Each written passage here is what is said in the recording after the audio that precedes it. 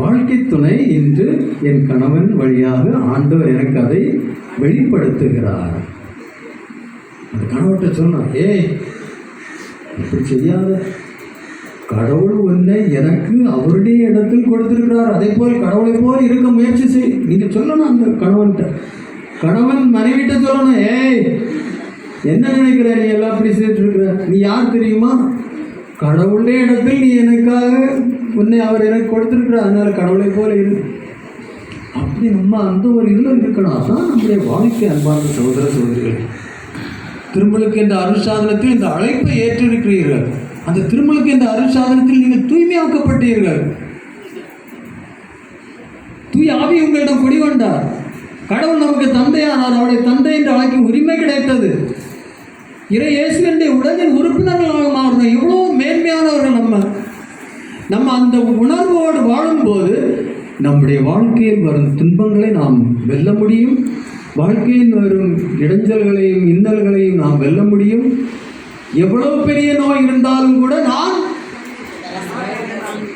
மகிழ்ச்சியாக ஹெல்த்தி உள்ள மேனாக நான் இருக்க முடியும் அவருடைய சக்தியாக. அதான் அது என்னுடைய அனுபவம். நான் அதை தான் உங்கள்கிட்ட சொல்கிறேன். என்னுடைய அனுபவம் எல்லாமே தான். நான் இன்றைக்கும் ஹாஸ்பிட்டலில் அட்மிட் ஆகிடுவேன். நான் செக்கப் போனால் டாக்டர் சொல்ல, ரொம்ப சீரியஸாக இருக்கு, அட்மிட் ஆகும், ஐசியூவில் போடுவாங்க. ஆனால் நான் இங்கே கடவுளுடைய வல்லமையில் நான் அவருடைய இடத்தில் அவரோடு வந்து சேர்ந்து அவருடைய வாழ்க்கையை நடத்தி அவருடைய பணியை செய்து அவருடைய வார்த்தையை உங்களுக்கு சொல்வதற்கு அந்த இது அவரோடு ஒன்றித்து இருப்பதால் தான் இது முடிகிறது. நாம் அனைவரும் அதற்கு முயற்சி செய்யணும். அதுக்காகத்தான் கடவுள் நம்மை அழைத்து கொண்டிருக்கின்றார். அன்பார்ந்த சகோதரர்களே, முதல் விவிலியத்தை பூரா நம்ம படிக்கிற சமயத்தில் இதுதான் நமக்கு கடவுள் என்னை அழைக்கிறார். ஒவ்வொரு நிகழ்விலும் கடவுள் என்னை அழைத்துக் கொண்டே இருக்கிறார். ரெவலேஷன்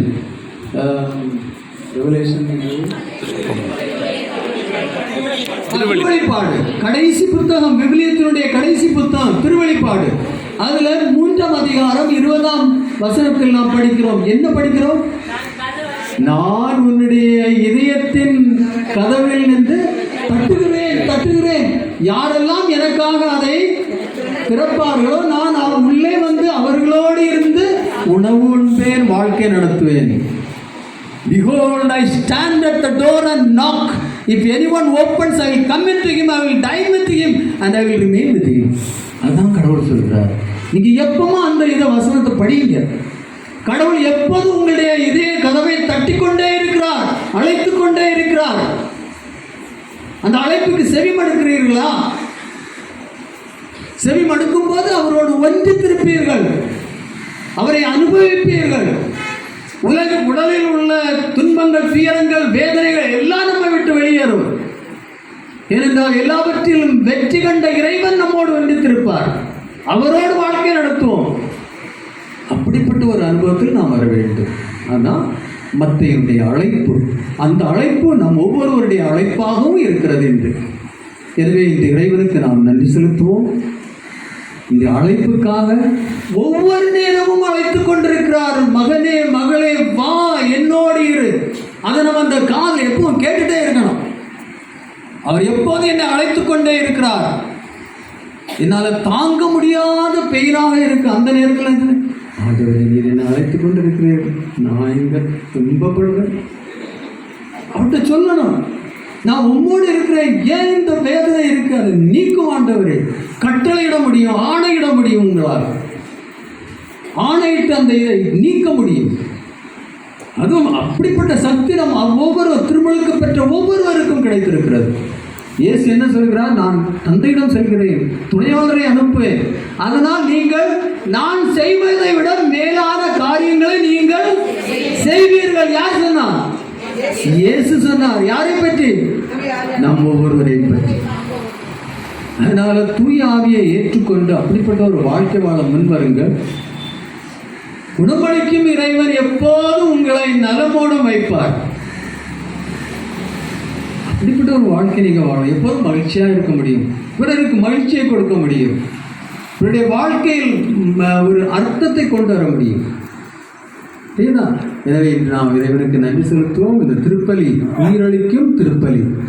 அந்த ஆண்டவர், எப்போதும் அழைத்து கொண்டிருக்கும் ஆண்டவர் இப்போது எங்க வர போறாரு? நம்ம உள்ளத்தில் வந்திருக்க போறாரு. அவரை ஏற்றுக்கொள்வோமா? அப்ப நம்ம திருப்பலியை ஒப்பு கொடுத்து அழைக்கும் அந்த ஆண்டவரை, என் மகனே என் மகளே நீ என்னிடம் வா, என்னோடு இரு என்று சொல்லும் ஆண்டவர் நம்மிடம் வரப்போகிறார். எனவே இந்த திருப்பலியை நாம் அந்த கருத்தோடு, முழு நம்பிக்கையோடும், முழு எதிர்நோக்கோடும் அந்த இறைவனை நாம் உள்ளத்தில் ஏற்றுக்கொண்டு நம்ம வீட்டுக்கு கொண்டு போய் அவரை வீட்டை காட்டணும், வீட்டில் உள்ளவங்களை காட்டணும், வீட்டில் துன்பப்படுவர்களை காட்டணும், எல்லாரையும் அவரை காட்டி அந்த வீட்டை நாம் இறைமயமாக மாற்றணும். அதற்காக நீங்கள் வந்திருக்கிறீர்கள். இந்த திருப்பலியை நாம் அதற்காக இறைவனை வேண்டுவோம்.